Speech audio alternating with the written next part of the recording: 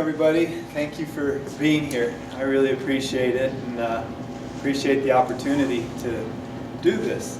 It was last minute because we decided we really needed to get this lecture series going.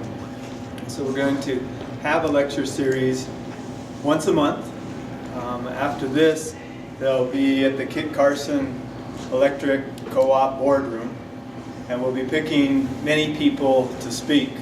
I decided to jump in because that would buy us some time, so I'll do the first two, because that'll buy us 2 months to figure out other speakers. And it's really on emotional sobriety, emotional healing in many forms. So thanks to Lawrence Medina and Rio Grande Treatment, he worked to help us get some grants to allow us to do this project. And then even people chose to come along so we can film these, which will allow us the chance to have people see them at other times. Some of you are therapists or in the professional realms that need CEUs, and we're going to offer those. If you're not in that realm, don't worry, you're still in the right room. So this is really all of us as human beings finding ways to have more emotional healing in a world today where really it's just so radical, and we have a tendency of staying within our brain, within the limbic system and within the fearful side. Well, no matter what station you listen to, whatever news you listen to, whatever political party you happen to be of or not of, right now our society is in a place of fear-based. And fear-based decreases our chances for creativity, for love, for connection, and actually puts us in an area of fight, flight, freeze, fornicate, and feast. And then if I happen to have addiction, and use. And so we're caught in a really tough time in the world where, I'm kind of dissing media, but oh well, where most of the information we're receiving is negative and fear-based. And so coming together like this gives us a chance to remember that we have emotional sobriety. We can have serenity no matter what's going on in the outer world. So thank you for being here, Lawrence. Thank you for hosting this along with Golden Willow Counseling. Rio Grande Treatment is an intensive outpatient program for addiction use. And that does not mean someone has to be mandated to go there. Maybe someone just decides that they have an issue or they're exploring an issue around addiction. And Golden Willow Counseling has also opened an intensive outpatient program as well as behavioral health of counseling. We decided to come together and collaborate on these sort of things because in rural frontier areas, no one has enough money to make it. And my passion within Taos, those of you that know me, is actually trying to bring all the different organizations of any kind of support together so we can have a better wraparound service in an area where we just don't have the services. So we can't do it alone, and so Lawrence and I are trying to be a template of two companies coming together and working together so that also we don't go broke, the doors get to stay open, and we can give the services that we've watched in our town disappear over and over and over again. So, and then we also have our own introspective work. And so not everything is an external source, there's also an internal source. So this week I chose to talk on the true identity or the authentic self because it's my favorite. And then next month we're going to do grief, trauma, and recovery. And then next month we'll tell you what's the following month.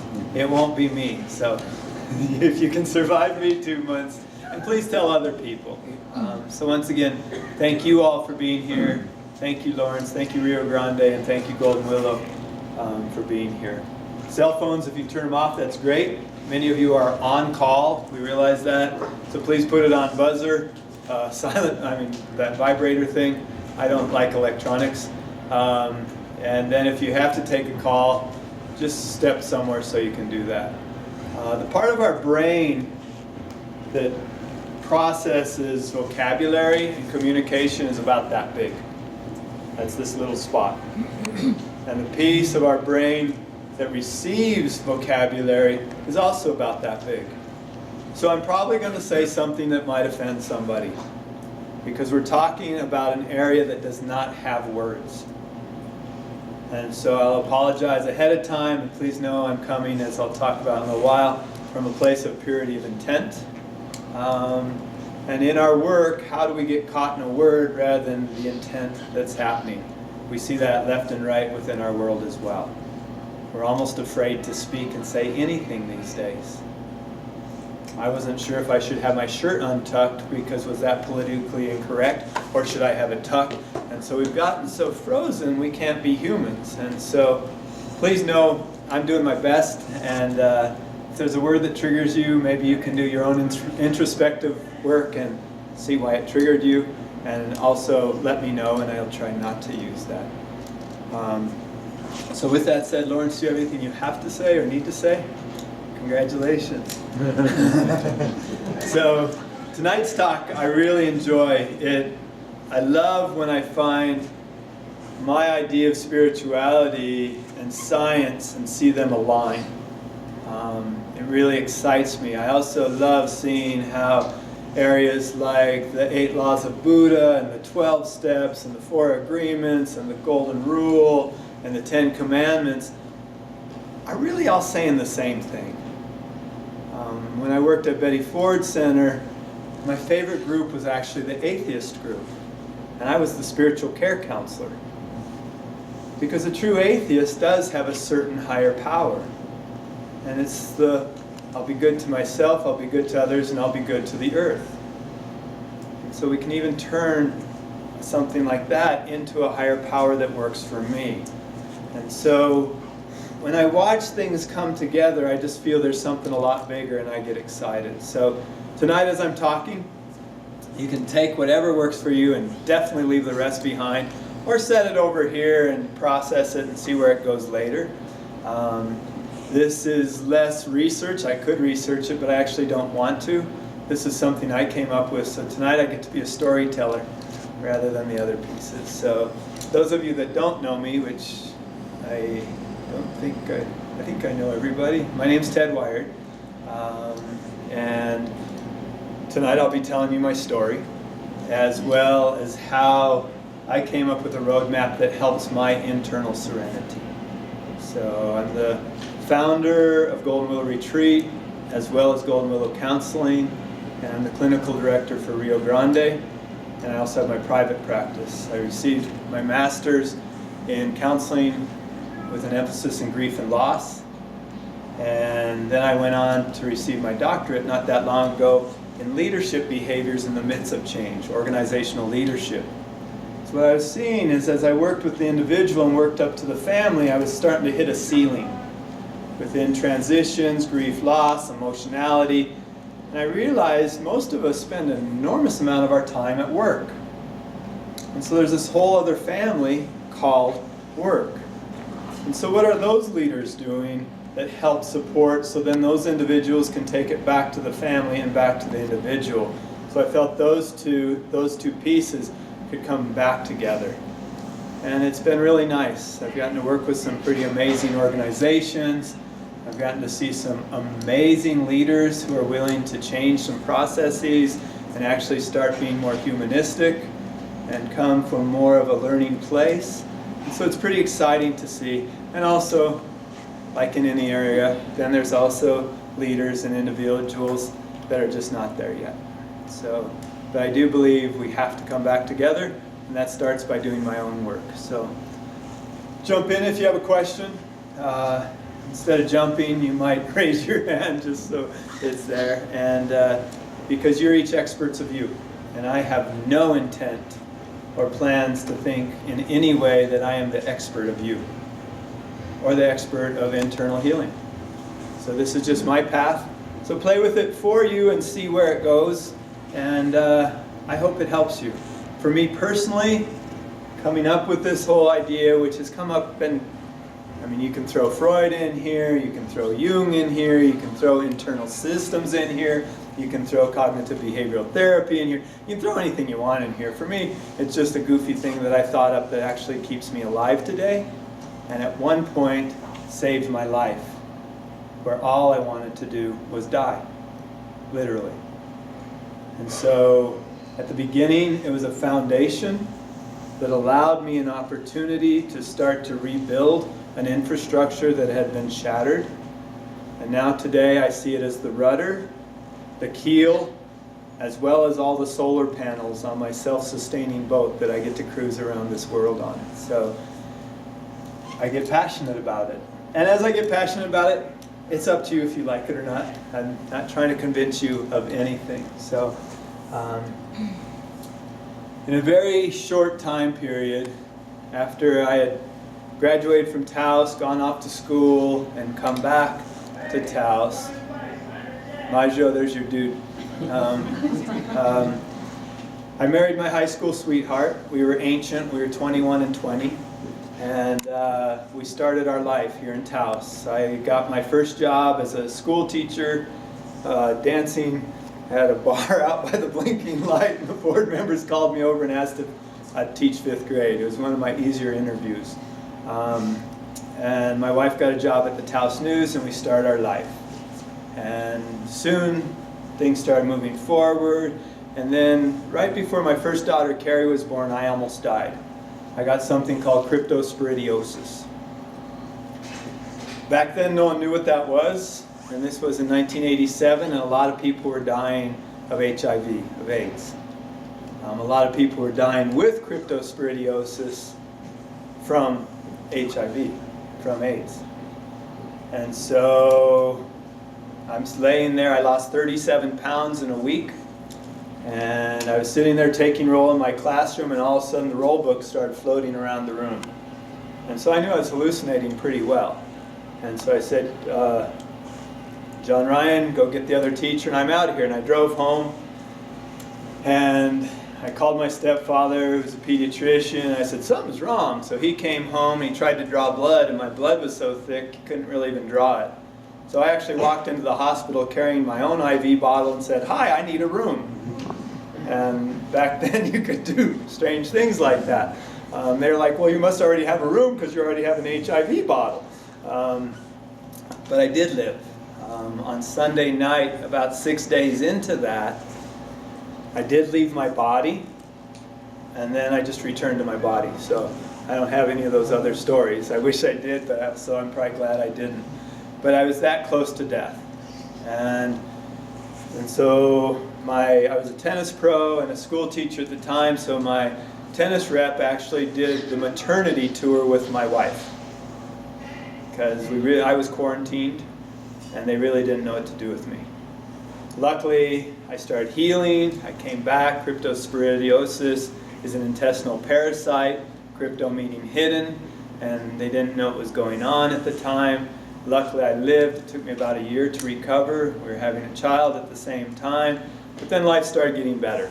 Soon after that, Leslie was pregnant again, we were pregnant again, and we had a miscarriage. It was the first time we were in a place that we weren't on the same page. Luckily, we were in the same book. I had the loss of the excitement and right on, it's going to be so cool, we're going to have another little kiddo. But she had the loss of a relationship she was already in. And it was the first time we were a little bit awkward. Soon after that, she was pregnant again, and we were excited, and that was with Amy. And right before Amy was born, my brother died in a shipwreck up in Alaska. And he was supposed to be the godfather of Amy, and he died. And so, but we didn't really get to grieve that because Amy was born. So now we have these 2 kiddos and trying to move forward.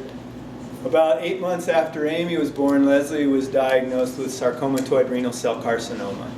And most people, it's cancer, sarcoma and carcinoma, and most people were over 70 years old. She was 28, and we had a 1 and a 3-year-old, and most people lived for 7 weeks. So we quickly baptized Amy, did the things. She went in, we did surgery, and for the next 2 years it was the dance with that cancer, as we also tried to raise our children. She died after those 2 years, leaving me with Carrie and Amy, who were now 5 and 3, starting my life as a single dad with 2 little kiddos. So I'd do their hair in the morning, and they'd get to school, and the teachers would redo their hair.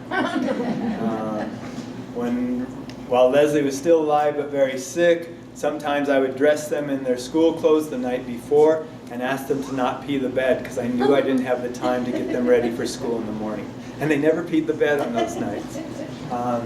But I was trying to learn, and we started to move into this new world of the three of us. And how do we work with that? And how do I work with these two little girls? And when I go and buy A&D at the grocery store, how do I make sure Child Protective Services isn't going to think I'm doing something wrong and all of a sudden I'm going to have people chasing me around because I've got two little girls but I still have to take care of them. All these things were going on in my head.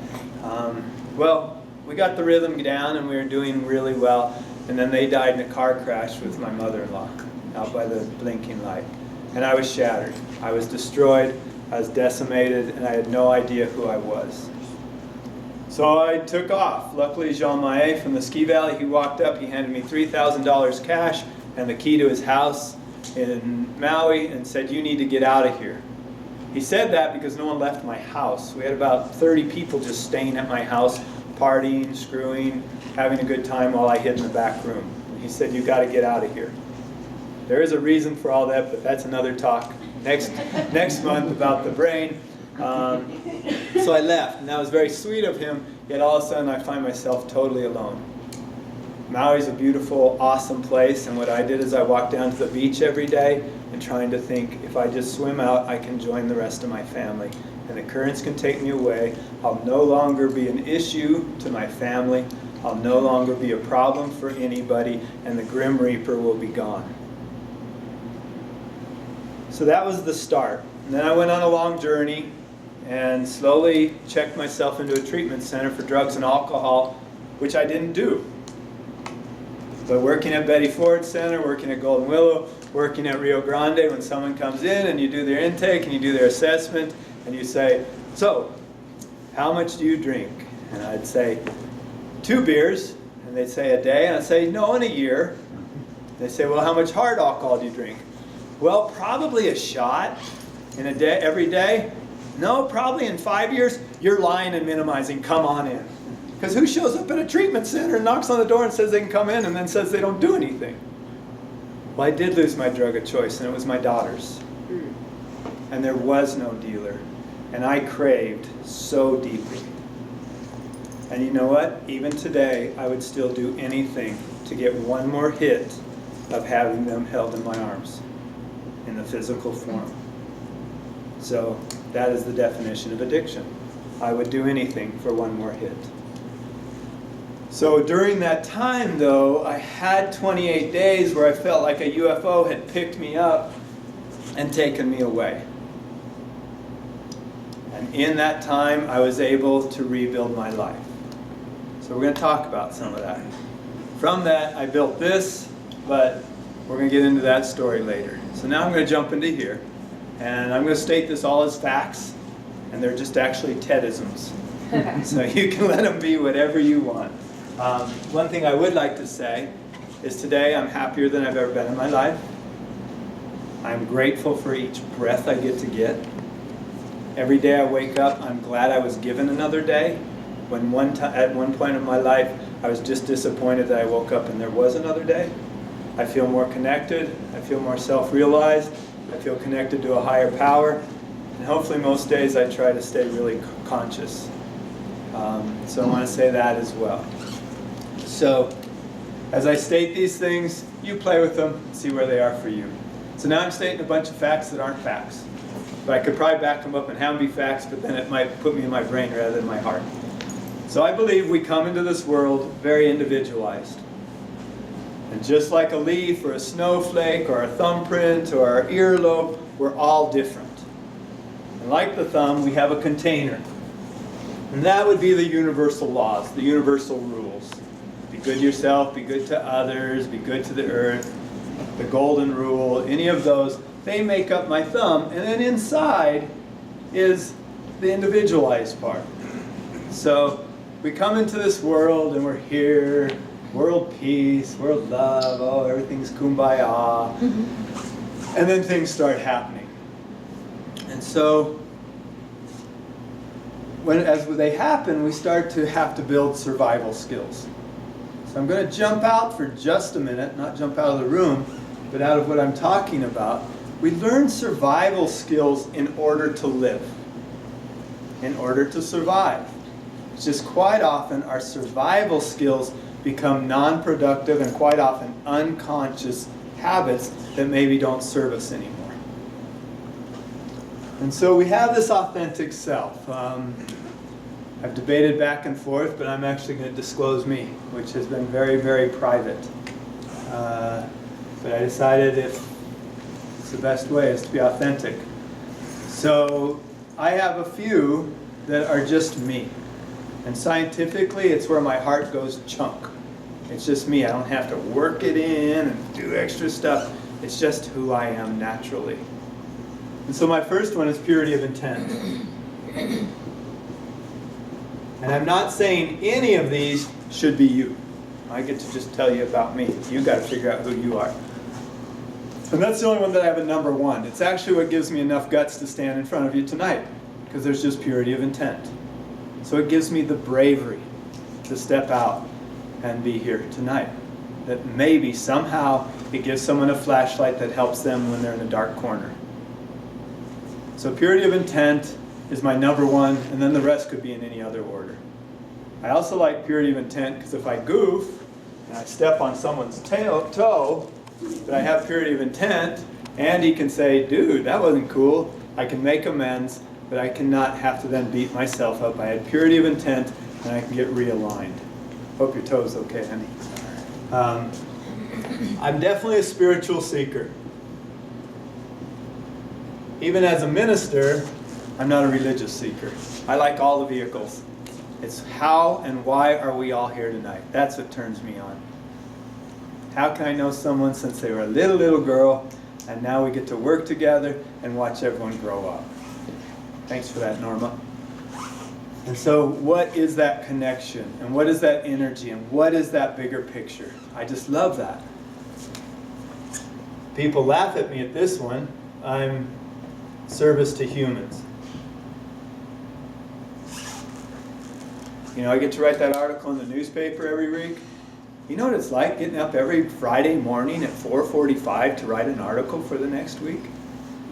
It's kind of cool, but if I wasn't not having the passion to do that, it'd be a real drag. But instead, maybe it just helps give hope to one person in their middle of being hopeless. So I had those. And then another one for me is honesty and integrity. Someone else might have those be separate. For me, they walk hand in hand, and that's great. And yeah, I'm sure, I don't even know the last time I fished, but I'm sure I caught a fish, told everyone it was 14 inches, and really it was 9. I'm sure when I was a tennis pro, that ball hit the back of the line, and I went way out. And I could feel guilty about it all the next day, so I didn't do that again. So I'm not saying, but these are the pure, true, authentic self. It doesn't mean I still don't have my humanness. So these were my 4, which when I started this back in 1997. Just last year I added one. And everyone thinks that's very humorous because it's humor. And if you know me, I live on humor.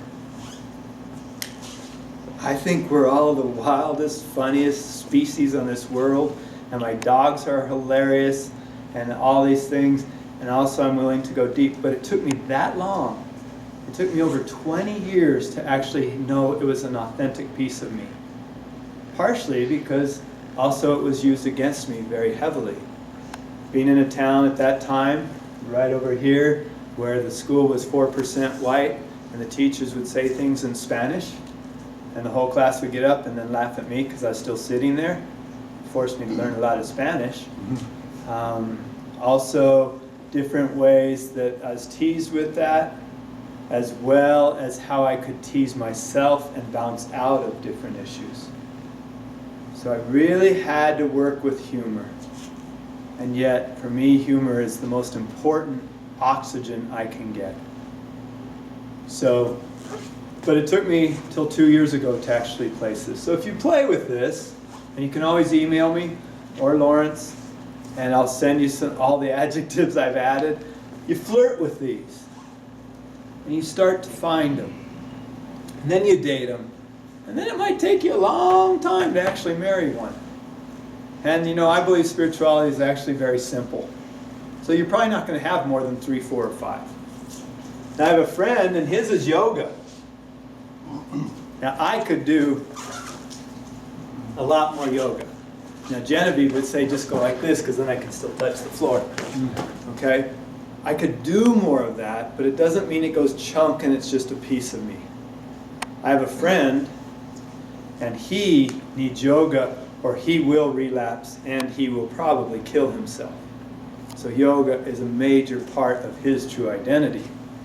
My present wife, Marcella, she's service to animals. We happen to have some of our neighbors in the room. We have the noisiest neighborhood called birds. And I get to work on Sundays to buy enough bird seed for all week. But also, even birds, it's very trippy. Birds that are dying come to our front porch and stay there until they die. So we've become a bird hospice. And then she takes them and she puts them on the little electrical box, and the hawk comes and takes them away. And she would say, if all the humans were gone, the animals would have a chance. And I say, if we can keep getting more in tune and heal as humans, we can all have a chance. So each of us has our own true identity, and it doesn't mean I have to be something else. I might want to be something. It doesn't mean I can't work on it, just like yoga. I'm pretty good with animals, but sometimes when Marcella leaves town, I do get out the fly swatter and swat all those flies rather than put them in a cup and put them outside. Because my brain goes, then they breed, and then there's more inside. So she leaves, and then it looks good again. So each of us has our places, but it also forces me to look at where I can stretch and grow holistically. So there's my authentic self. You can play with what yours is.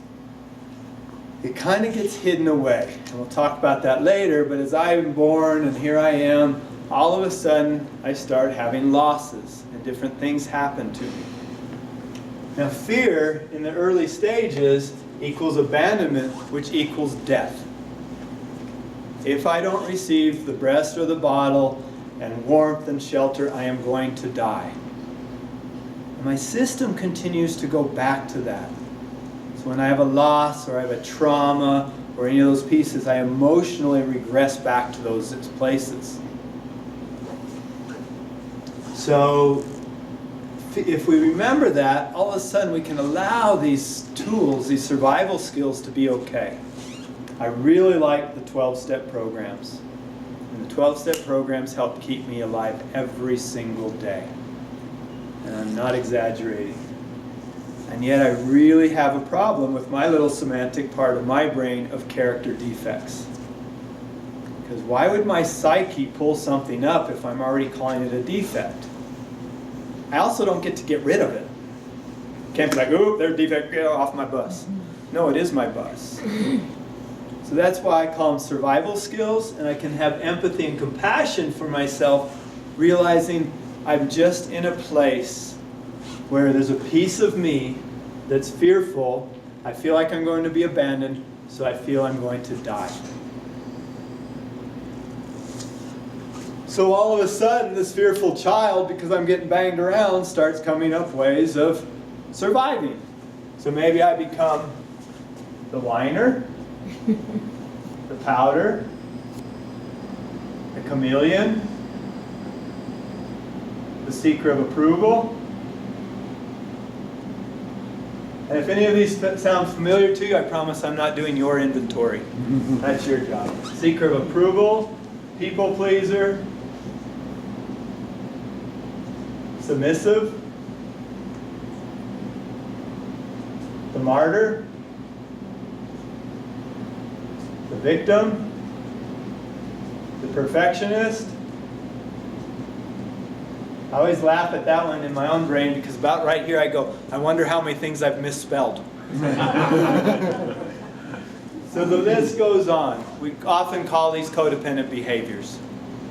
Codependency is not a bad word. We go from dependence to codependence to interdependence if we're lucky. If you notice, I did not say independence. Independence is actually contradependence because we do need one another. Luckily, Marcella, my present wife, and I are very interdependent. And I am in need to know that the dogs are okay while I'm sitting here talking right now. And I'm so grateful for her, and yet if she was to die or leave or whatever happens, I also know in the long run I'll be okay, even though I'll be shattered for a little while. So as a species, we're not independent. We move to a place of interdependence. I happen to know I could go over to my neighbors at any time and say I have a problem, and they would help me in any way they could. And rarely we get to see each other until I give a talk. So we have these different pieces that happen. And this list can go on and on and on, and that's up to you to figure out what those are. But there are ways that I figured out how to survive. If I'm laying in the crib going like this, okay, I'm probably not going to be picked up and coddled as much. If instead I learn, I go, ah, and then I'm picked up. But I learned these survival skills that early on. So the scared child comes along, and will you please hold my heart?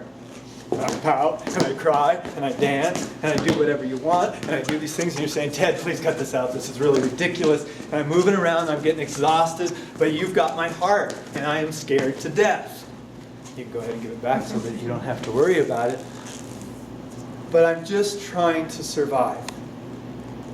I hold my heart, and then I can have a bridge in a relationship here. As a child, I don't know that, so I learned these non-productive habits, but at the time, they are survival skills. Well, in that exhaustion, and Lawrence, I think I just got 50 steps doing that. In that exhaustion, the fearful child invents the bully. And the bully says, I'll save you, scared child. I am here. I am the knight. I will protect you. Andy, I'm going to step over on top of you. Is that okay? So the bully is that person, that piece of me that wants to dominate, be bigger than something else. I'm going to push you down so I can feel safe as I'm big. Rather than having a hierarchical differential being here. The scared child, now I've turned you into my higher power, and you are the large one. You and Andy's just been sitting here the whole time. So a lot of this I am doing on my own. Now Andy and I might get caught in a power struggle doing this, and that's why there's therapy. But in this, the bully is trying to dominate and say I'm bigger. And so that might look like the judger. I was down in Phoenix, and I happened to be a speaker, but I hadn't spoke yet. And this person gave a talk, and it was really, really good, and it was super emotional. I happened to be sitting outside as everyone was coming out, and I heard these two people go, did you notice that his brown socks weren't quite the same color? So it was so deep, that person actually had taken it to, see, they don't have it together, and found a cognitive dissonance to push it over to here and miss the point. I giggled hard, but then I was pretty scared to give my talk after that. I looked around for that person. So it might be the judger. It might be the entitled. It might be the elitist. And those come in many forms. Financially, academically, titles, color, size, gender, language, politically, in many different ways. These come up. I am better than you, so please kneel. But let's get rid of the please. So those are two bigs. Also the aggressor, or the perpetrator. I have a right to enter your space. That's a nice, interesting spelling of perpetrator. Well, the perpetrator will do just fine today. We'll just use pepper spray on the perpetrator. So that might be that. It's also the passive aggressive. And I think that's the article this week in the paper. And passive-aggressive can come in many forms. It might be giving this talk and dissing Andy. So I've shrunk him and colluded with everyone else here. You know that would break my heart. So passive-aggressive can be that way. I can withhold love. I can be aloof and have people chase me for information. So passive-aggressive can come out in many different forms. Both of them can always be the victim, and both of them can always be the addict. On this side, screw you, I'm going to use anyway. On this side, pour me another drink. And as you notice, these can all intertwine. We'd love for the world to be black and white, but really we wouldn't. The whole idea is we have black and white and we bridge with gray, and that's what makes it a special place to be. So the bully is trying to rescue the scared child. And the scared child bypassed the authentic self and made this bully. Well, the bully underpasses the authentic self and attacks the fearful child. I suck. I'm a piece of crap. I'm worthless. I'm so stupid. I shouldn't be on this earth. I don't deserve to be here. And those go funk. What does that do to the fearful child? It scares the fearful child. So the fearful child screams for help. The bully is failing at rescuing, so it attacks the scared child, and we get caught in this enormous circle, going around and around and around. Now usually somewhere in here, we get bumped. And those of you in recovery or work within the addictive industry, I don't really like that word, but that's what it happens to be, addiction industry. These windows might be very quick. I might go, wow, I need help. Then that window shuts, and I'm back into the status quo that I've already been used to in this circle. I call it comfortably miserable.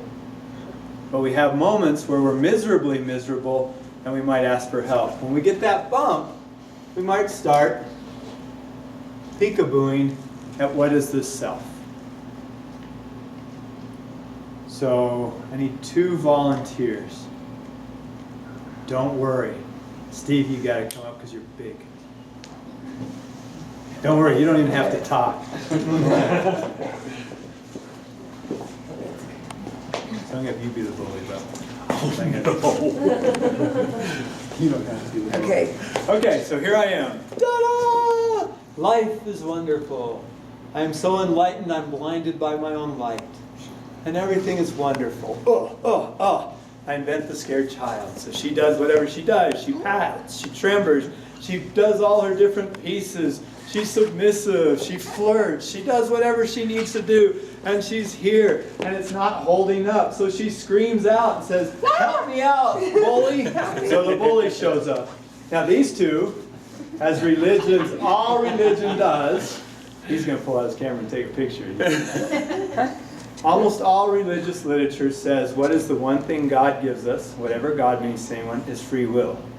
So what does authentic self do? It steps into the back seat of the car and says, I love you guys, but you're sure not driving the car very well. Well, soon these two start fighting for the steering wheel because they don't trust each other either. And boom, we hit a piece. And we hit the pole, and I get to go, thank you, scared child, for keeping me alive and teaching me survival skills. I'm not throwing you out of the bus, but I am going to put your seatbelt on. Boy, you might be a little more difficult, but I'm going to put you in the back seat, and I love you too. And I'm going to put a couple extra straps on. And now from here, with my true identity, I can drive the car while I listen to these two. Now we'll jump to science for a minute. All my data, all my senses first go into... Lawrence, would you grab me water, please? Thank you very much. First go into these guys. they go into my limbic system first. That's how I stay alive. Thank you very much.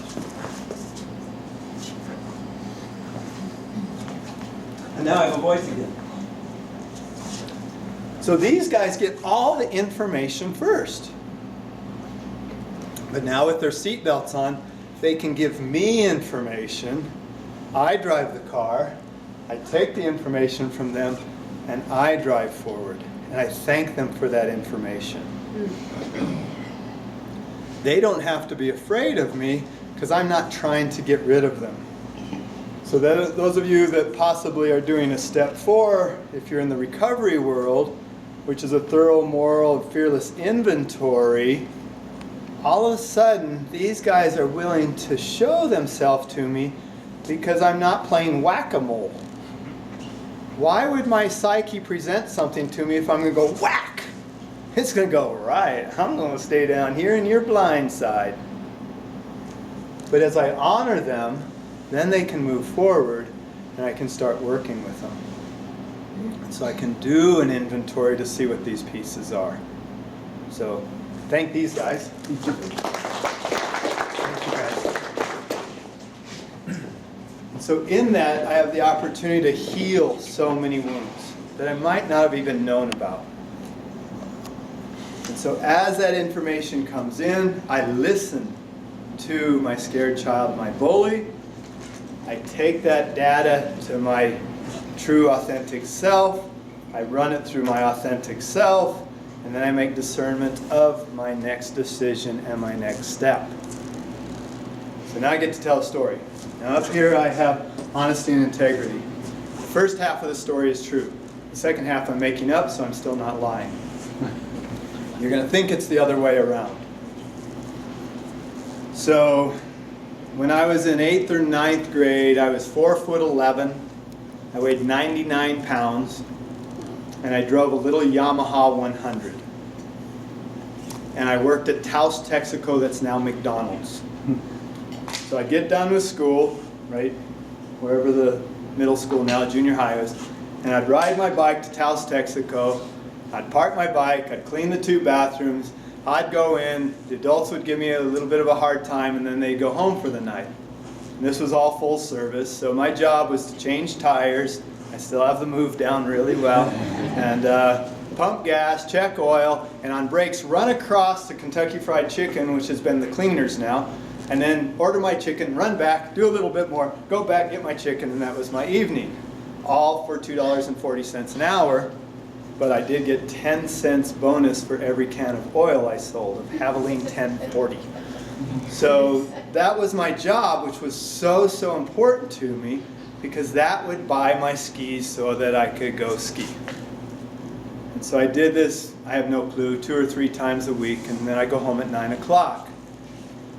Well, there was a really tough thing back then. This is in the mid-70s of something called honky hunting. And honky hunting was where groups would find a white person alone, circle him up, and beat him up. Well, even though I didn't even know I was white until about 10th grade when I went to Denver, and I said, "Mom, I don't like Denver," and she said, "Why?" And I go, "'Cause there's too many white people." So even though I didn't realize that, it's pretty obvious at night when I'm out there glowing in the dark, putting gas in, that I'm pretty white. So one night, Sierra Sports was over here, which is now Cottom Sports. In pull the high riders, in pull the low riders. Out come some people with clubs. Back then you took the timing chain and put electrical tape on. And these are all 25-year-olds, and they're all pretty drunk. And they're coming my way. Okay? I'm in the process of turning off the gas, where we have the key and you turn off each pump. You remember that, don't you, Larry? And so you turn off each pump, and I'm on the very last pump. And here they come my way. Well, I'm 4'11". I'm 99 pounds. I have a Yamaha 100. I'm screwed, because I'm also the white boy. So they get to about where Maggio is, so the back row, and I'm just sitting there thinking I'm going to die. And so I'm totally my scared child. And they get right about there. Well, one of the neat things about changing tires on the old tire machines, I don't know if they're still that way or not, is you warm up the bead on the tire to get it over the rim. So, of course, I have a lighter. And so I get about where Maggio is, and I pull out the lighter, and I'm going to cuss, so get ready. And remember, I'm this big, like 99 pounds. And I pull out my lighter, and I take the pump, and I go, "Come on, motherfuckers, I'm going to blow you up, I'm going to blow me up, I'm going to blow the whole town up. Come on, motherfuckers!" Well, they all get in their cars, and they leave. And they did not come back. But I can promise you, the minute they were gone, do you know how hard it is to ride a motorcycle when you're shivering and your muscles don't work? That was the longest 3 miles I've ever done. And luckily I didn't really clean out my pants, but metaphorically, I definitely had to clean out my pants. And I couldn't tell my parents. Because if I told my parents, I might not be able to work, and then I wouldn't be able to get my skis. That's a big piece in the therapy world for myself as well as a therapist, of when people say, why didn't they say anything about their sexual abuse? Why didn't they say anything about their molestation? So me personally, here's this place where once I didn't say something, all of a sudden, now I couldn't say anything because I was going to be in trouble for not saying anything. And the reason I didn't say anything is because then I wouldn't have a job, so I wouldn't be able to pay for my skis. So now I'd be in trouble for that, so we start building on those pieces, and all of a sudden our psyche does not allow us to speak out. My parents found out about this 3 years ago when I told a similar story for the first time at the TCA. And I waited till my mom has pretty bad Alzheimer's, so she doesn't remember anyway.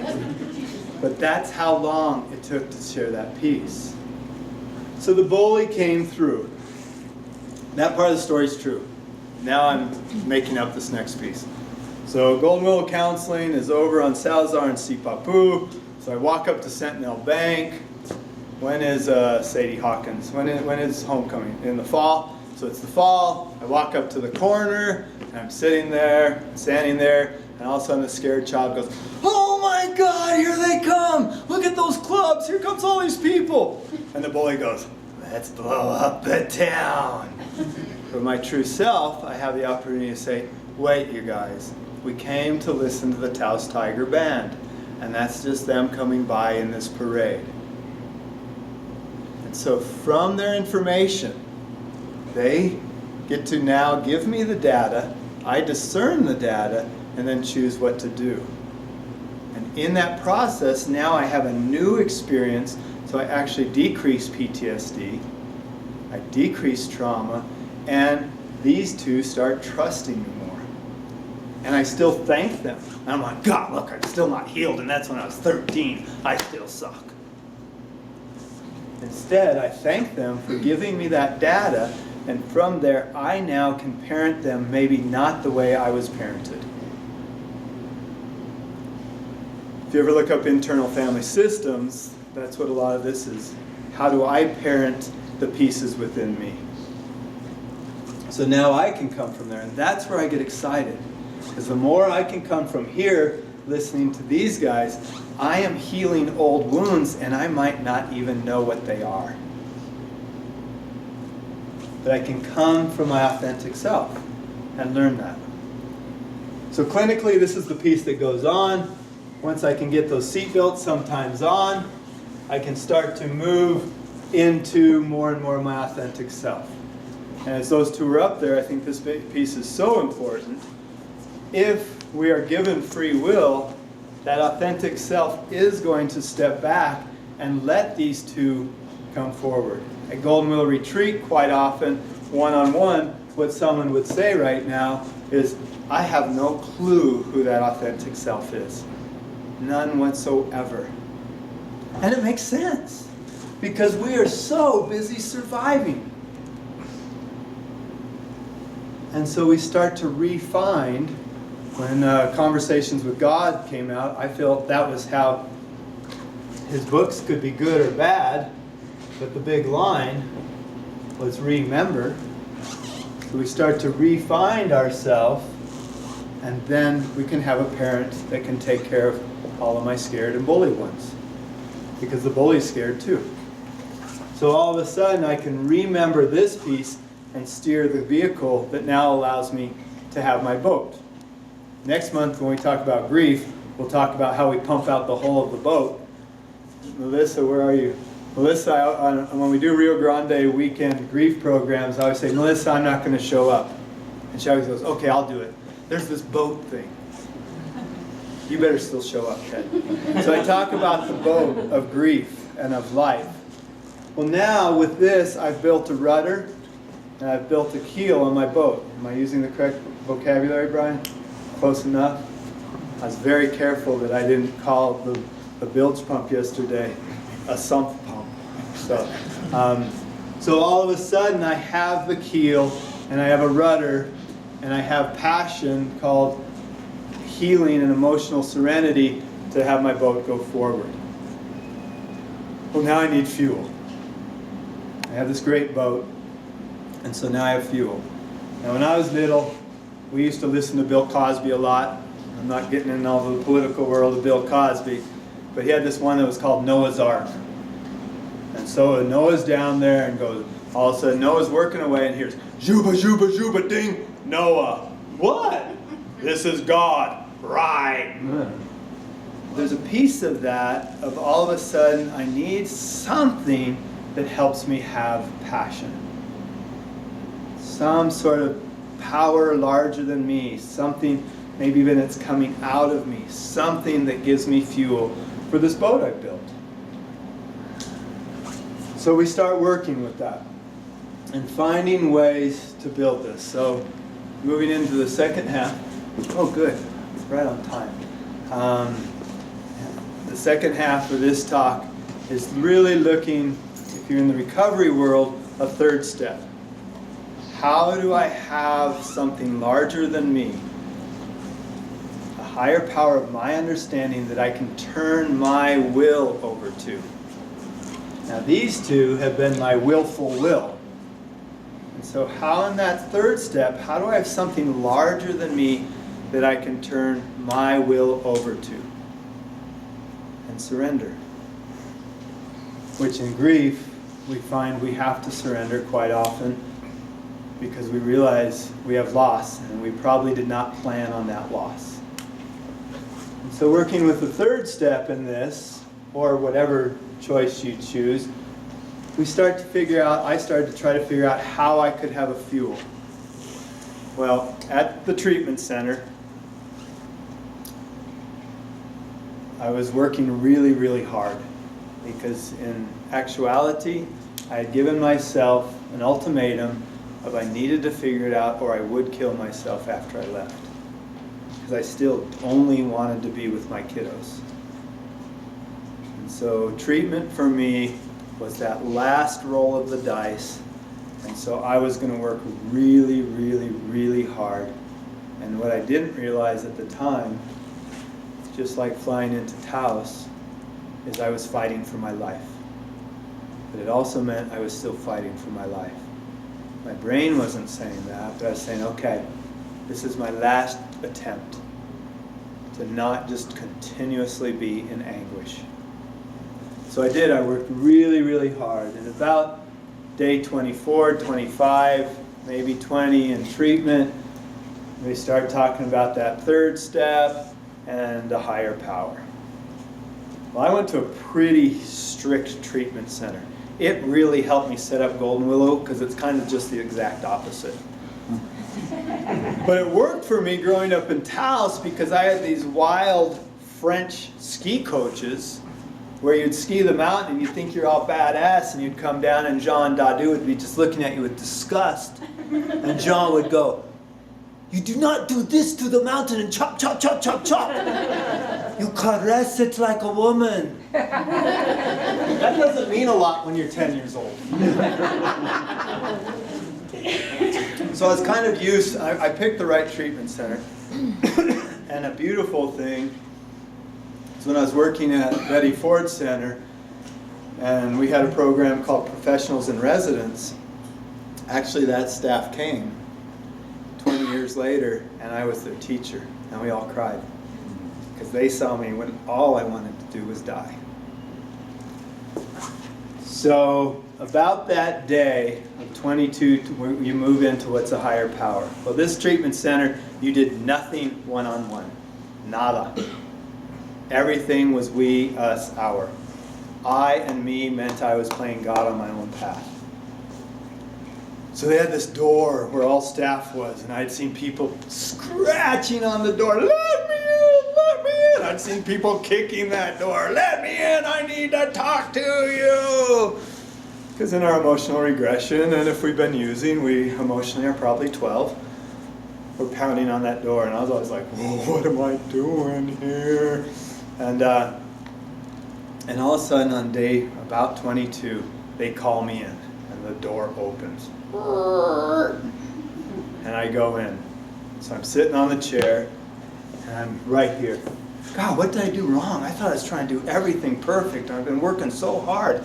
How can I be in trouble? What could I have done? My socks are right. I remember to wear my shoes. I know I am the fourth chair on the back corner of the horseshoe. I know exactly where to sit. I don't even cross my legs. I'm doing everything right. What the heck am I doing? Well, about then, it's the bully. Screw them, man. I paid my money. I'm here. Why, they should be taking care of me? What do you mean? I don't even like the food here. What's this all about? Man, I'm just going to start sitting here and not making any noise whatsoever. Well, about then, Vinny walks in. And so I go quiet. Not quiet like bully quiet, just I go quiet. Vinny walks in. And Vinny's really important with me because he helped me set these seeds, and Vinny is dead. After 28 years of sobriety, he overdosed. I figure Vinny still lives on. Because of him, I'm giving this talk right now that maybe helps you guys. So Vinny's this big Italian dude, of course. He's what, after I worked in treatment, we called a chiseler. He's the reality checker. He's everything. So he walks in, he's like, "Ted, we have to figure out this third step." And just authentically, I'm like, "I hear you, Vinny, but if there is a God, God sucks. What God has a 28-year-old with 2 little babies get cancer and die? What God has a 22-year-old brother go up to Alaska to go fishing and die? What God would do that? So if there is a God, God sucks. I'd like to think there's not a God, but I'm so mad at God, there must be a God." And so I was just doing this piece. And he goes, I got it, I hear you. I understand what you're saying. So I wasn't being resistant, I was just telling him very metaphorically naked how I felt. And he said, "Ted, tell me 3 words you believe in. Just 3 words you believe in." Well, this was only, I'm not going to do the math, more or less 6 months after my daughters had died. So my brain is still totally dad mode. So I said patience. And Lawrence, those aren't the patients that come to the treatment center. Patience, compassion, and unconditional love.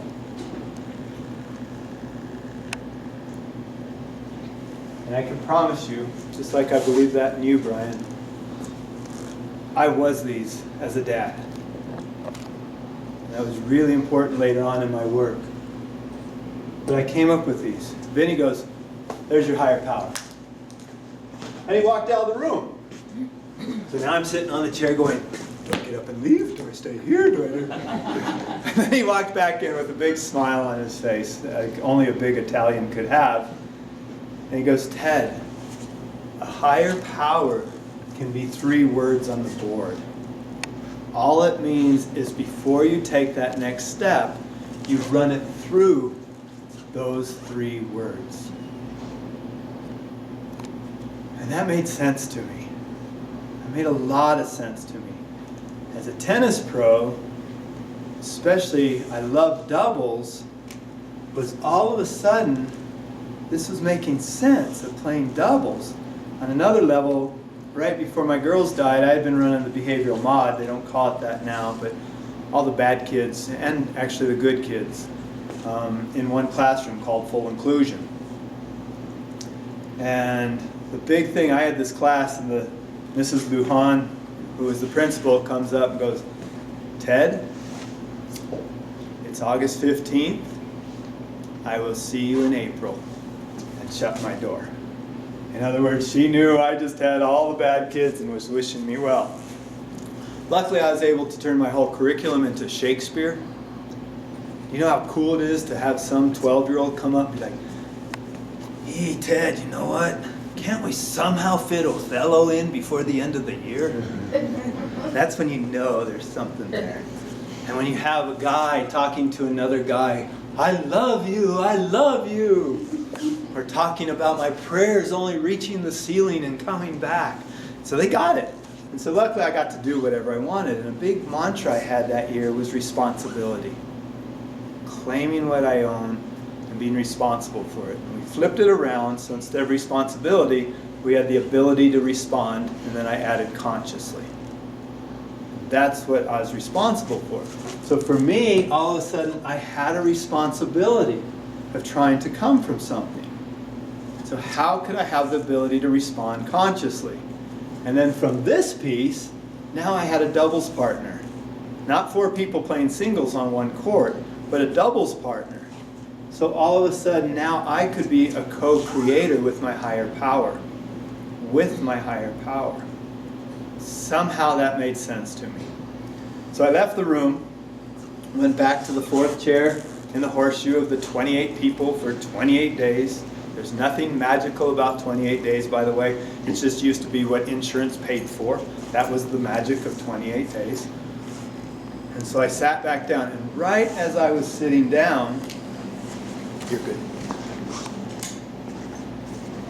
Patty, who was the counselor, right as I was starting to sit down, she was talking about God, because the treatment center was working on a 3rd step. And right as I was sitting down, she said, "God understands." She probably said higher power. For me, I like creator. But as she did this piece, something happened for me that was huge. They call it a phenomenological transformative moment, but I had to get my doctorate to say that word. But as she did this, I sat down, and it was almost as if it was the first time I felt the chair could hold me. And I didn't have to check my back and see what was behind me. And I could actually be held. So I processed that over the next few days.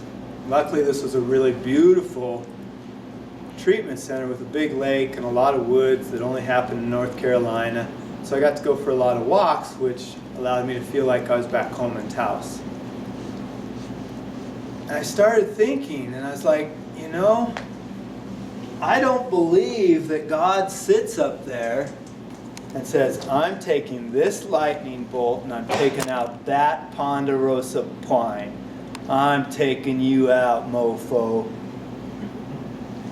I realized nature's going to do nature. The universe is going to do. And a big part of nature is we're always going to try to get back to a natural state of homeostasis. In our internal world as well as the external world. These amazing mountains are actually trying to get back to sea level. Somehow all of a sudden taking out it of my own personal world and thinking about lightning, all of a sudden it's like, oh, nature is going to do. Babies are going to die. Children are going to die. Young people are going to get cancer. That's all nature. But what I can have is a co-creator that will hold me as I walk through this life. So all of a sudden, instead of a lightning bolt doing this to Ted, it transformed into now I can walk with my higher power, run it through this piece, and be held as I take my next step. That really helped me. Something happened in there that all of a sudden, for the very first time, I realized it wasn't going to be an external source that rescued me. I need support. All of you guys showed up tonight. It's been pretty boring in here with me alone, doing my thing. So I do need supports. And when I hurt, I ask for supports. But I also know that I am held, not by an external source. Then I don't do external blaming, which asks for an external rescue, and then I go use in whatever form. So all of a sudden I had a job, I had to be responsible, and I got to be a co-creator with my higher power. This is really important. So in loss, and I believe in recovery, we're caught in the past, and we're overwhelmed by the future. The two collide, and I'm in a free fall. And so as I work with my past and I heal these things, now how do I take care of this being overwhelmed by the future? Well, now I have a co-creator with my higher power, and I have a responsibility, so I can start playing with it. If you notice, these three are not down here. So here's my little confession. These were really great because they got me going. But my scared child went right on. If I can be more patient, as in a tough relationship, if I can be more patient, the relationship will work. If I can be more compassionate, the relationship will work. If I can give more unconditional love, the relationship will work. It never crossed my mind at that time that maybe someone else was also involved, as well as maybe these were, can I be more patient with myself? Can I honor my humanness? Can I be more compassionate with myself and realize I'm not perfect? And can I give myself on a good day unconditional love? And of course, as I started working with that, yeah, the relationship ended because it didn't hold up anymore. So those are kind of the bridges within these, but they wouldn't be the chapel within for me. But they got me started.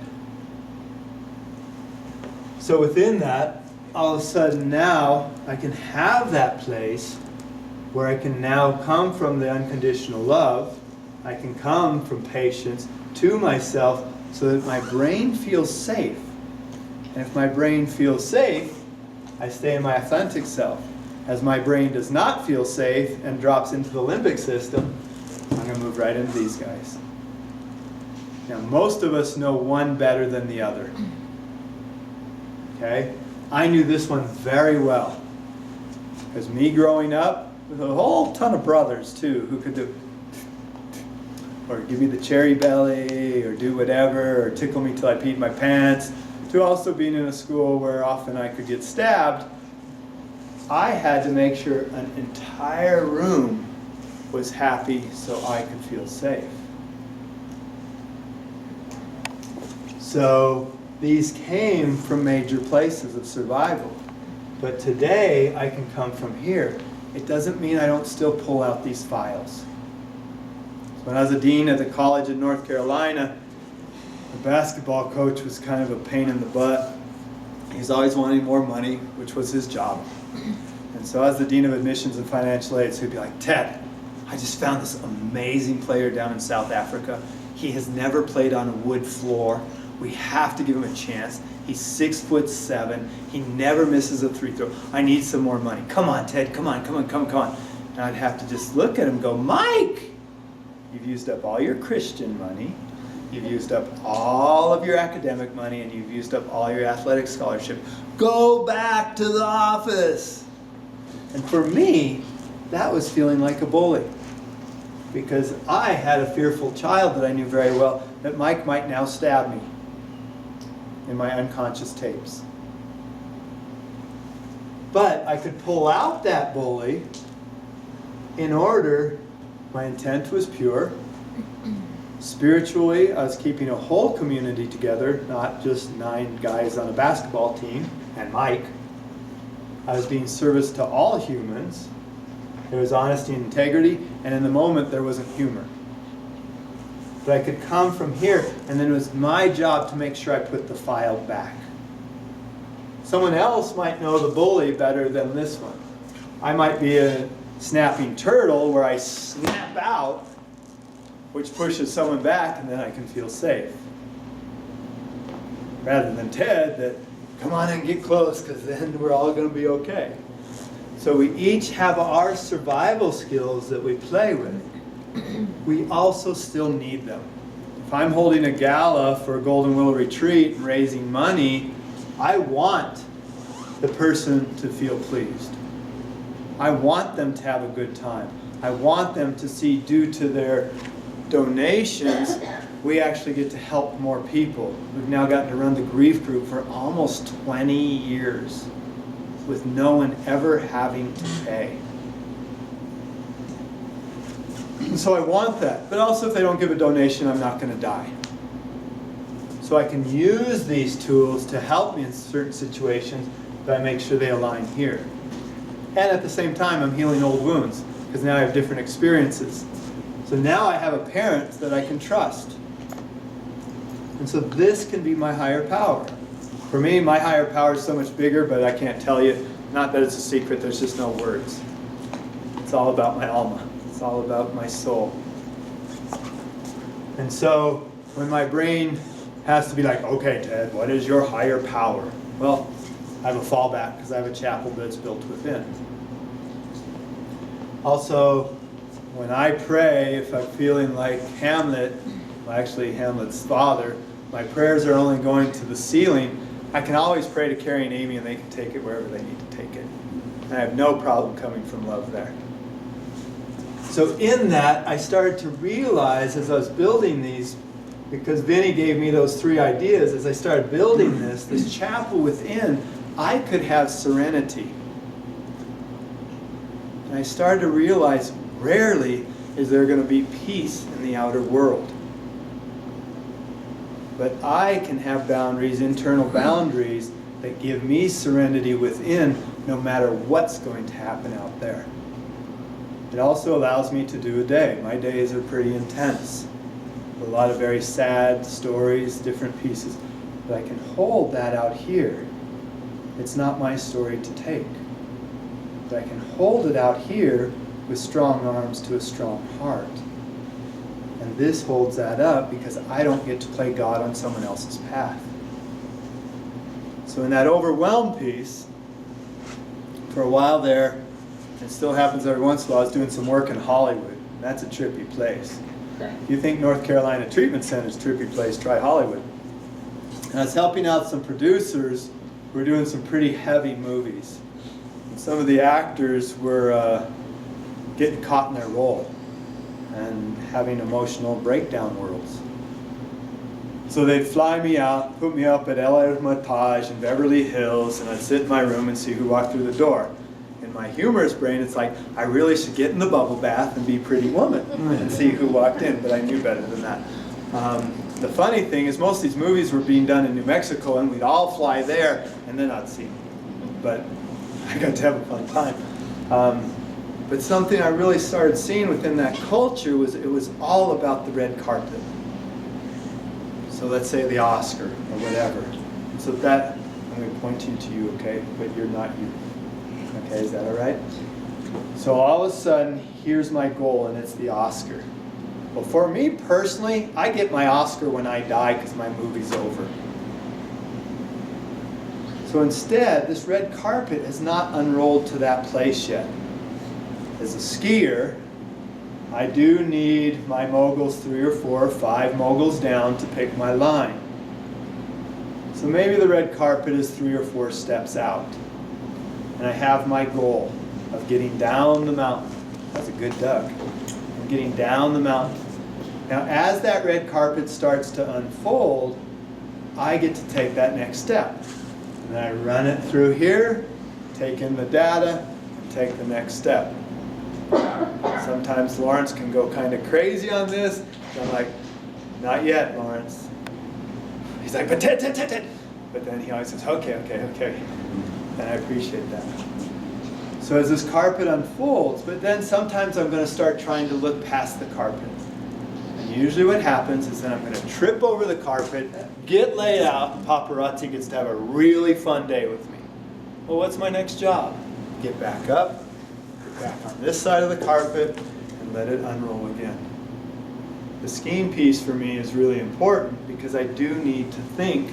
I believe in anticipatory grief as well as just thinking where I want to be. I planned to be here tonight, so I made sure the chalkboard was here.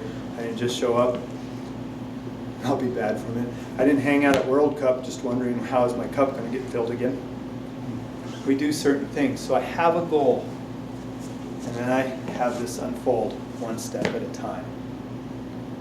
Now as I do that, I might find that the goal's over here as time goes on. But I have it out to there, so I look down those moguls, but then I come back to the present turn. Because as far as I know, 2 moguls out, there's a big old honker rock, and I'm actually in a whole different place on the mountain.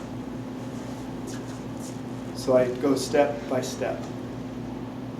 One step at a time does not have to mean anything with a book that Bill wrote. I'm doing one step, I'm doing the data, I'm doing the discernment, I'm walking with my higher power, I have responsibility, and I can do this. Golden Willow Retreat, which I think is the most amazing emotional sanctuary, focused on grief and loss and trauma. Actually, when I wanted to start it, was going to be a kids camp. Well, I can tell you, I would not be married to Marcella today if it was a kids camp. When we had the boys come out and build the chapel, and she wouldn't mind if she was here. She'd be shaking her head yes. And we had the boys come out, so they homeschooled for a year and built the chapel. Marcella would be like, how can there be boogers on the wall every day? How can something blow up in the microwave every day? How can someone walk through the screen every single day? Well, that's what boys do. So it's not a kids camp. And until 2 years ago, we actually lived there. So as we do this, it has become what it is today. And I can't promise my board what it's going to be in 5 years. I can tell them what I think the next 3 moguls are going to be. And I'm grateful for what it is today. So I didn't grab onto that Oscar and say, this is what it's going to be. Instead, here was this step, here was this step, here was this step. And that's where I can be today. It also allows me to be present, rather than go to panic attacks of where are we going to be in a year. I can go there, and then I remember to come back. And that keeps me with serenity, which means I get to be in my frontal lobe, which is where autonomy lives, creativity, spirituality, actually communication, connection, all the things that we actually strive for, rather than fight, flight, freeze, fornicate, feast, and use. And so within that, I can start having the serenity. I have a co-creator that I'm now trusting. The fearful child and the bully are now trusting me, so they're not fighting. Instead, they're just giving me information. They do get quieter. So they're not just doing this all the time. They start to trust me as I quit abandoning them. And so they get quieter and quieter and just give me information. Now I didn't know if I was going to say this or not, but I'm going to. I had a really hard time with the word sin growing up. I just did. And I had this really difficult time with the word sin. And it really brought out my bully. Then about 6 years ago, I was thinking about it, because I like thinking about these things. I love all the channels in my head. And I looked at that word, and Carol, what does sin mean in Spanish?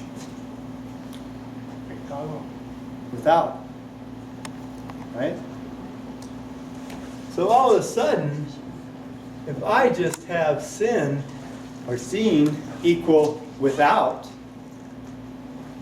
I can manifest heaven and hell here on earth really, really well.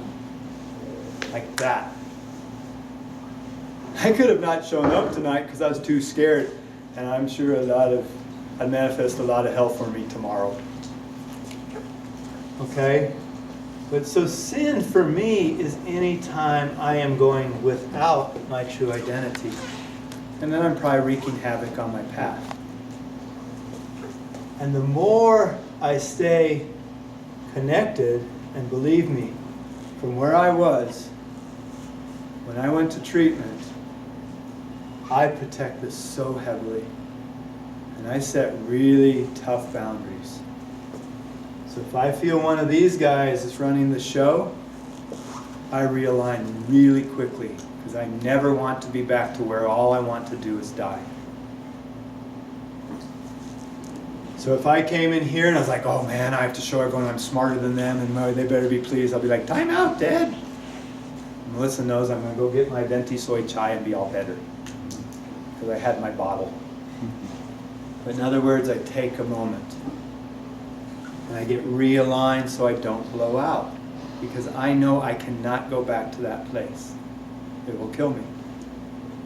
And also I know today, as far as my losses, especially Carrie and Amy, I can still be connected to them so they can actually help me. Carol on her desk has the hands, my guess is for her, Jesus, but they could be anything, that look right to her where she's working. And a lot of days for me that would be Carrie and Amy. And so that warms my heart, that opens me back to my frontal lobe.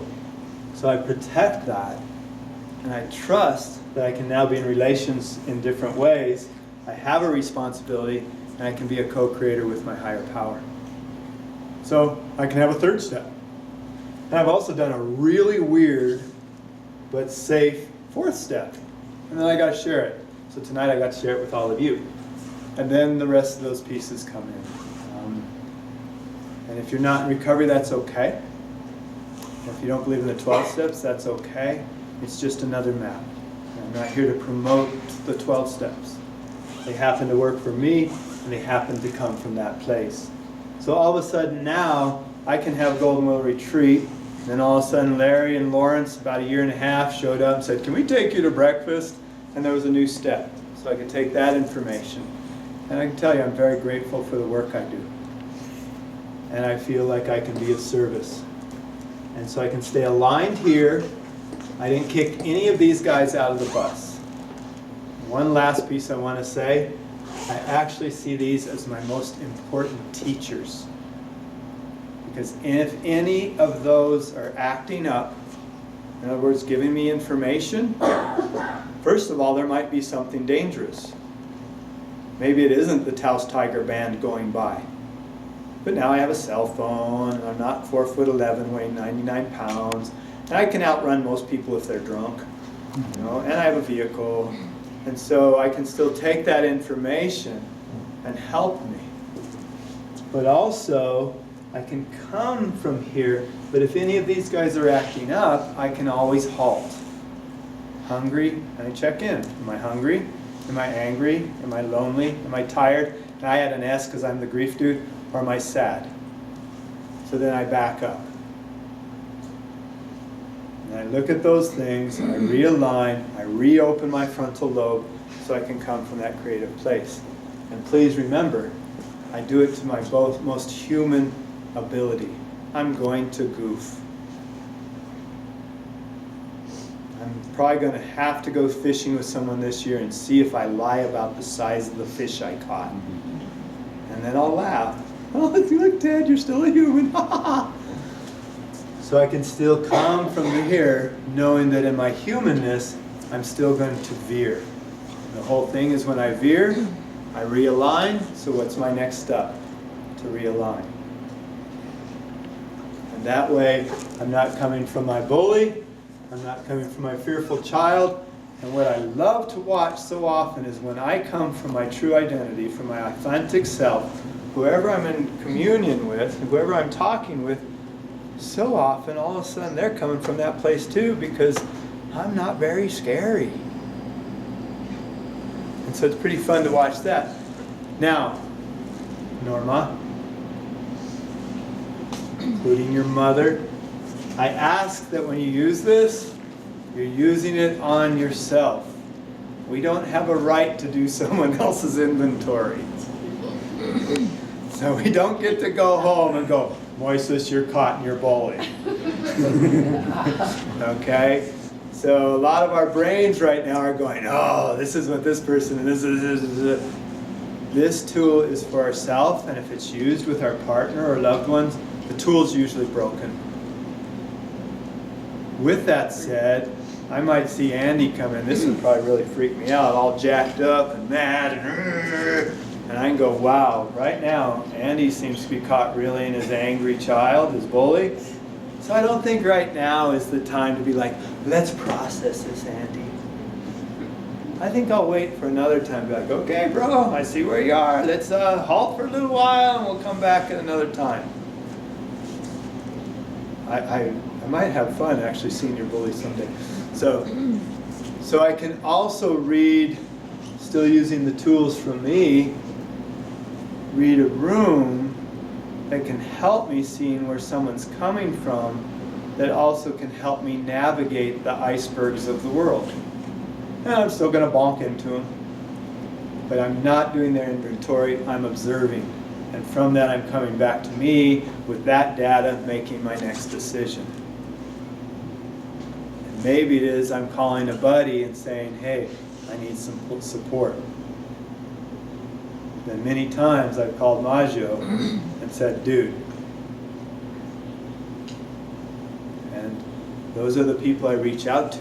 They won't rescue me. That's my job, but they can support me and they can be part of that holding. So from there, I've now built a sustainable fuel system called I Want to Feel Better. So it can be very selfish. I don't see selfish as a bad word. I see it the study of the self. Now if I move into narcissistic behaviors around that, that's a different world. But really, I can now have the motivation, which is part of my frontal lobe, which is rewards, of I want my life to be easier. So I can come from this place, wreak less havoc, have to make less amends. I don't like making amends. I will whenever I feel I need to, or someone's let me, it's pretty clear I need to. But coming from here, I'm walking with enough purity of intent, and if I goof, I make amends and I realign. And in that, I have a very joyful world, which in loss, in addiction, our world gets shattered and we lose our infrastructure. So my hope for each of you is this can be a little bit of a map that allows that erector set to rebuild our infrastructure that many different times in our life is going to collapse due to however we've had to redefine ourselves. So this might be just a little roadmap that helps you spiritually, cognitively, physically, intellectually, emotionally, or any of the leads you choose, or none at all. So now I'm going to open up to all of you if you have any questions or comments, which I hope you do. And I'm going to get my chai tea. So let's open it up to the world. Any comments or questions? Wow, I stumped you. Make sense to you? Yeah. How long did it take you to come up with your authentic self? I started playing with this in 1997, February 9th of 1997. Humor just was entered 2 years ago. What I did, because this wasn't all laid out, is I built these 3 pieces and I started just penciling in tons of stuff. And a lot of them were all the things that I thought other people would want me to be, and so I could slowly erase them. Doesn't mean they're not great things. But I really don't like yoga. And yet I believe in it so much. We have everyone at Golden Willow Retreat do yoga or Tai Chi. So I worked with it, and finally I was like, this isn't giving me serenity. I'm just angry at everyone when I leave. So that wasn't for me. So I could erase it from there, but it didn't have to go into either of these categories. So I started with a really long list and then just slowly inched them down. A few of them, and I have not found the word for this, all of a sudden something goes chunk. It's not because I was forcing it, it's not because I wanted it, it just went, yeah, there it is. There's a piece of the fingerprint. Does that make sense? That's a great question. And I still play with this so heavily. When I was down in Peru, I was in my tent, we were on a long trek, and I got sick and I puked out of my tent, literally. And a puma came and ate the puke that night and wandered off. I didn't see any of that, or I might have been my scared child. And all the porters on our trip all of a sudden were treating me like I was this really cool dude. And between they're a little bit of Spanish. I think they speak Quechua. They're whatever their native tongue is, and their little bit of Spanish, and my English, and my little bit of Spanish. We'd have these awesome conversations at night that probably we projected our own stuff and made up our own conversation. But what they told me is how they saw was the puma was one of the most important spiritual animals. Because the puma stalks oneself. But unlike the bear, it retracts its claws and walks gently on the belly of oneself, looking for things to remove that no longer serve that self. And so they thought it was really cool because the puma actually came to my tent and took my puke away. So I got really lucky. But I just never forgot that. So I'm always trying to be the puma. This is my addiction. This is my passion. So I don't, at first when I started this, if I found another one of these, it'd be like, see, I still suck. And in other words, I'd still be over here. After a while, it was like, wow, my system is trusting me so much, it's bringing another one forward for me to be aware of.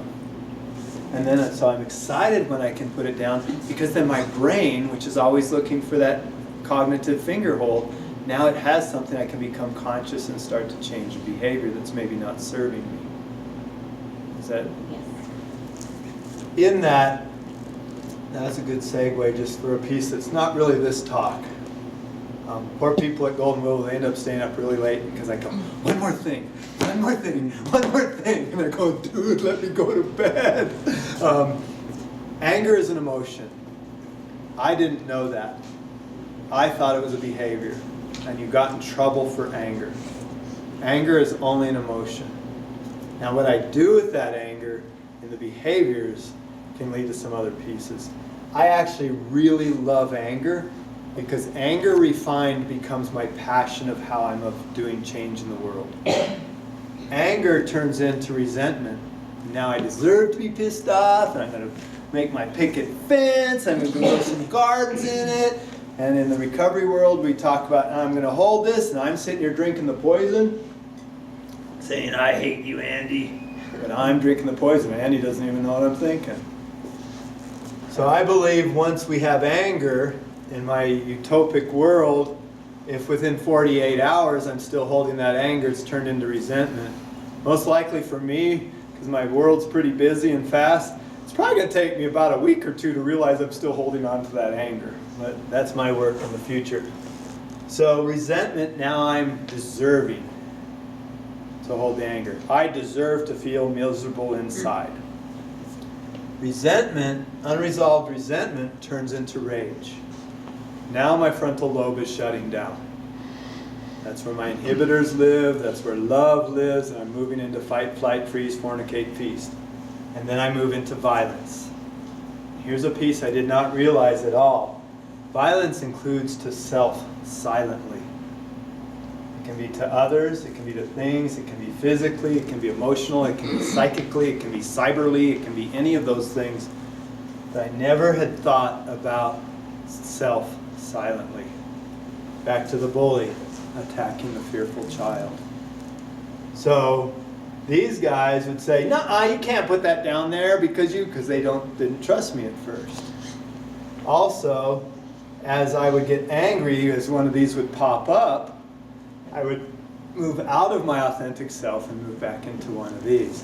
So instead, I need to have compassion for my humanness. I'm doing the best I can. I'm going to make mistakes. And also, I don't get to play God on other people's paths. I can only do my piece. And like sports and many other things are teaching us so well, hindsight, we get to judge the heck out of everything. And that doesn't serve us. I do believe we get to look back and glean the wisdom to help us as we move forward. But we have to leave the narrative back here. And we glean that wisdom to help us today. So thanks for that. That's a long answer. Yeah, that was very good. Anyone else? How do you get to the point where you can love and accept your inner critic, your bully? That's a great, great question. So if you didn't hear, how do you get to the point where you love the self? How can you honor and have the inner critic as well as the scared child? I'm going to add a little more. And you can love them as well. I have the I'm grateful for my parents, especially my stepfather and my mother, okay? But now I have the opportunity to parent myself maybe a little better than my parents could. And so for me, it's an opportunity when these guys are acting up that now I can give them the love and be seen, heard, and valued, when before maybe I didn't receive that, because all of these were manifested from some time I needed something or I had a loss. So I move into, I move into daddy mode, because now I can be the mommy daddy for these hurt children within me.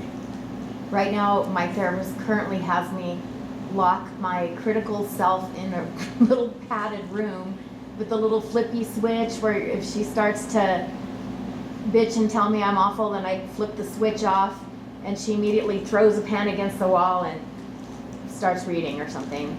But there you go. So you're giving her time out. You're doing some tough love parenting, but you're giving some time out, but you're still giving attention. And you're saying, I get to be in charge, so you're probably in a little bit of a power struggle and working with that. So I needed to, and it was really hard, for 90 days, I looked in the mirror every morning when I got up and said, I love you, my friend, thank you for being who you are. And believe me, it was out loud, and it was almost impossible. And these guys would jump in and like, don't do that, that's so ridiculous. But it's because we don't see, hear, and value ourselves. And that's how we start to regain that authentic self. I'm glad you're doing some work. Gloria, you had something. Yeah, I missed what you said about sin, and it made me wonder if growing up with that, or even, with that whole idea, did you believe you were a sinner when you were caught as a victim, all of these things, either one, and then it didn't need forgiveness. I'm just thinking of that whole sin and forgiveness that you can just get totally locked into. You can imagine the many miles I've walked around this word, just this word of sin. For me personally, this made sense. Sin was when I'm going without myself, which means I'm not going with my Creator. I'm going against that, so I'm going without. Growing up, for me, sin equaled guilt and shame. And shame, I see the acronym of should have already mastered everything, and I haven't. So all of a sudden I could have permission. But growing up, I saw sin as fear. And if I have fear, I'm going to move out of my frontal lobe, so I'm no longer in a spiritual process, and I'm back into my alligator brain. So I really had to work with that idea. When my daughters died, I decided I must be the biggest sinner, and I was being punished. But if I'm already the sinner, well then screw it, I might as well be the sinner. Luckily, that wasn't my path. But I watch it quite often in my office. And so for me to have hope of being more and more of this, I couldn't have the way some people use sin and the way I was taught as a little boy of what sin meant. Be good or you're going to hell. Well, I definitely blasted a few birds away with BB guns. I definitely broke many windows with rocks, so I'm already going to hell. And so I was caught in a quandary with this piece, rather than my higher powers of love and forgiveness, and how do I step more and more into myself to be of service with that higher power. So I had to work really hard with this, because I felt I was being so punished for my antics. And if my antics are being punished, why would I bring them forth where I could do some work on them? There's no answer in that one, and each person, it's such an individualized process. And so how we navigate the world, we work with those pieces. And that works for me. I work very, very hard to not go without my true identity, which is probably the best vocabulary of my higher power. Thank you. Lisa, I think you were... I have one comment and 2 questions. Oh, awesome. I'm a big fan of fake it till you make it, and I've been in both places, the fearful child and the bully, to the point where, you know, going into therapy and the therapist saying, you're in flight or fight mode all the time, and having to actually retrain my brain to get out of that, but there's still that middle piece missing.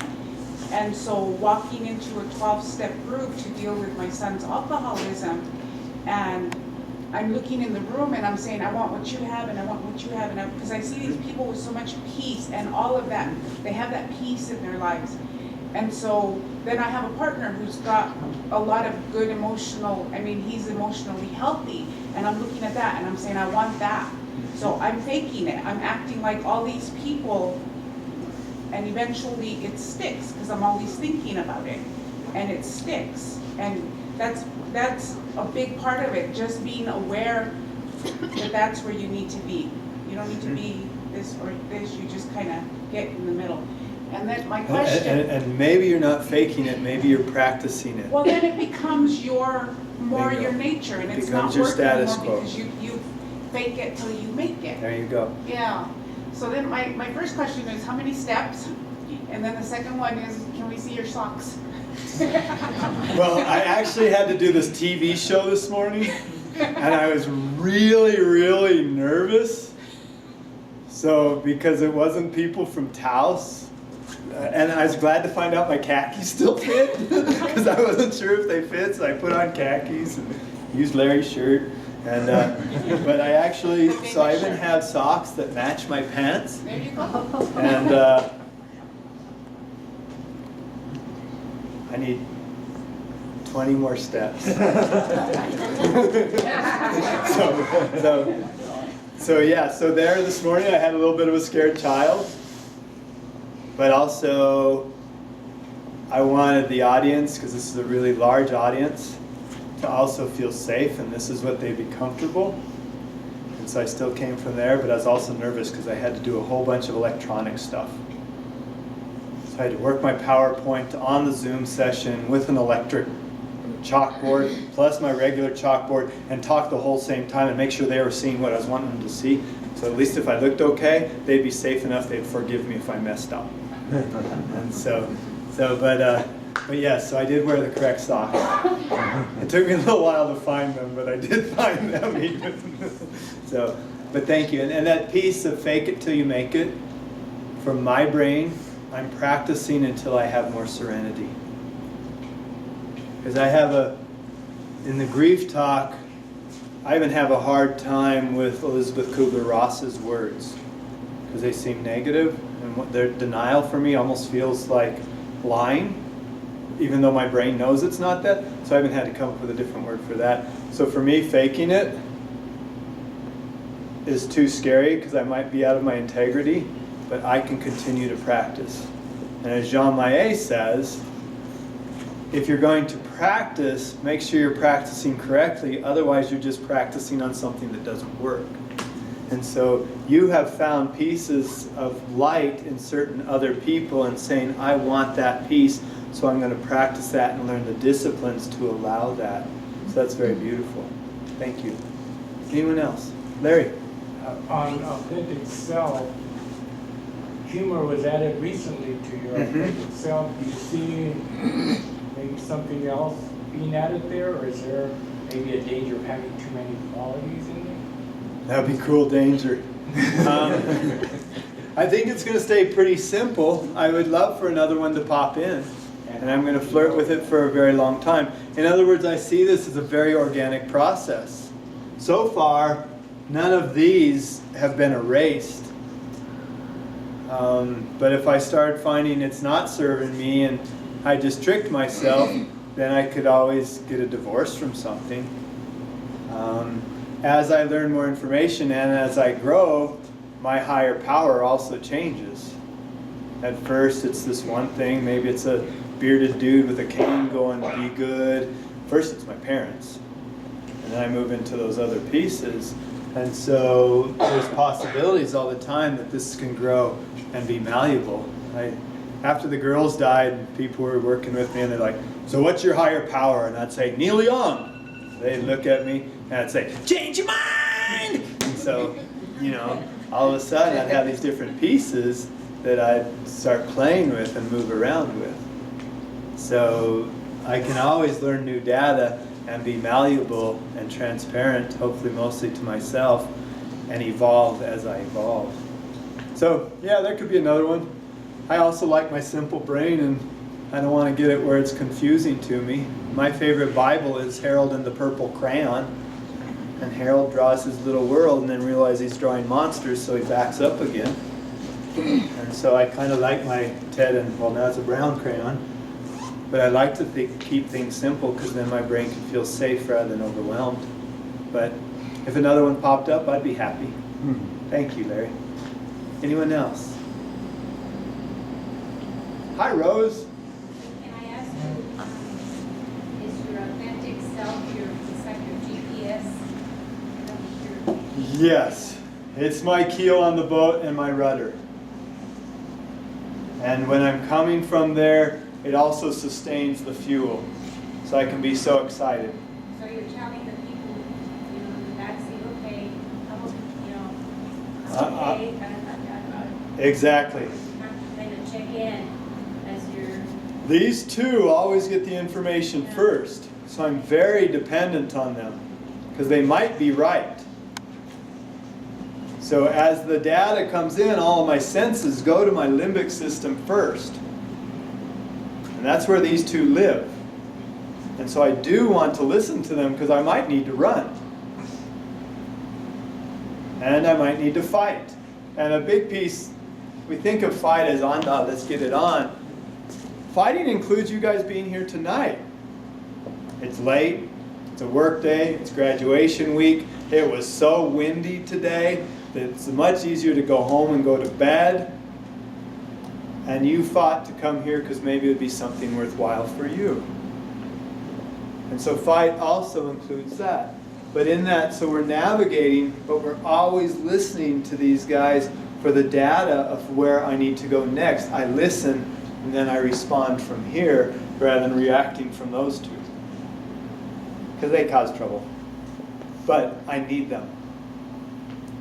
That noise back there slowly stopped, but the very first time, the whole group would go, and they look over there because we were getting data that we did not understand what that was.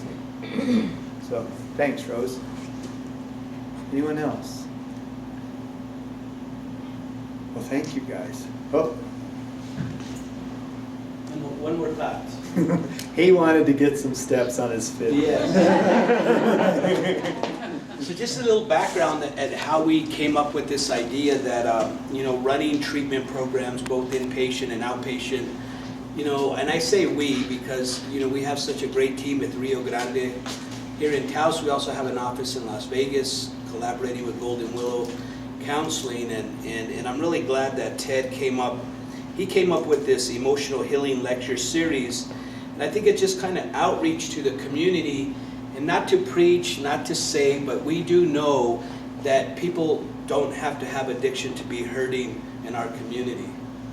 And I think the hardest thing is for somebody to ask for help. And what we wanted to do is do a little more outreach and broaden that net to let people know that there's hope and there's a better way to live. And I love the series on this one, finding your true self and finding serenity within recovery. And a while back I was watching a video on Ted's story, and something really touched me. And I'm in long-term recovery, and what that means, I haven't had a drink or drug in over 27 years. And I'm a former client of Rio Grande, where now I'm the executive director. My journey started with 2 trash bags full of clothes, couldn't hold a job, and almost illiterate, been in the mental institution and on my way to prison. And by the grace of God, Tri-County at the time, I went into detox. Then I went to Embudo, to Rio Grande, to rehab. And that's where this journey of healing began. And I say that because a lot of us in this business are in recovery ourselves, either through addiction or other issues. And that's what I really love, my circle of my colleagues that I work with, my recovery community, and my familia. But I really like a quote that I got in watching Ted's story on a video, and it really touched me, and I think this is really, it really captures this presentation by him, and especially his story. And this was before we started working together, and I said, Ted, can I quote you? And I wrote it, and he said, yes. And I said, okay, good. And it's 2 pathways, 2 roads, and it says, this is from Ted, allow yourself to heal, find your true self, and let go of your dysfunctional behavior. And I thought that was very profound, and his presentation in finding a way out, and people with addiction, I know sometimes there's no way out. When the disease has you, there's no way out, and some people don't understand that they're not stupid or crazy, it's a disease, and it needs to be treated accordingly, like with somebody with diabetes. But also there's this emotional sobriety, that one gets sober, then there's this emotional sobriety, and I really am grateful that we hope that we could continue to get the word out with the community, you know, to allow people to come and listen, and maybe this is going to get them to where they need to get so they could have some more inner peace. But thank you, Ted. You're awesome. This was great. Thanks, Lord.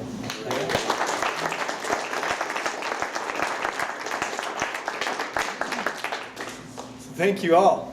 You all fought tonight. You chose to be here.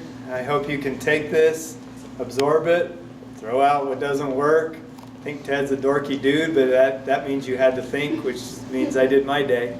And I really appreciate Taos. I really appreciate our community. I appreciate the people who've come afar and chose to be here. It humbles me when anyone chooses to be willing to look into their world and grow. So thanks a lot, and be safe going home. Thank you, guys.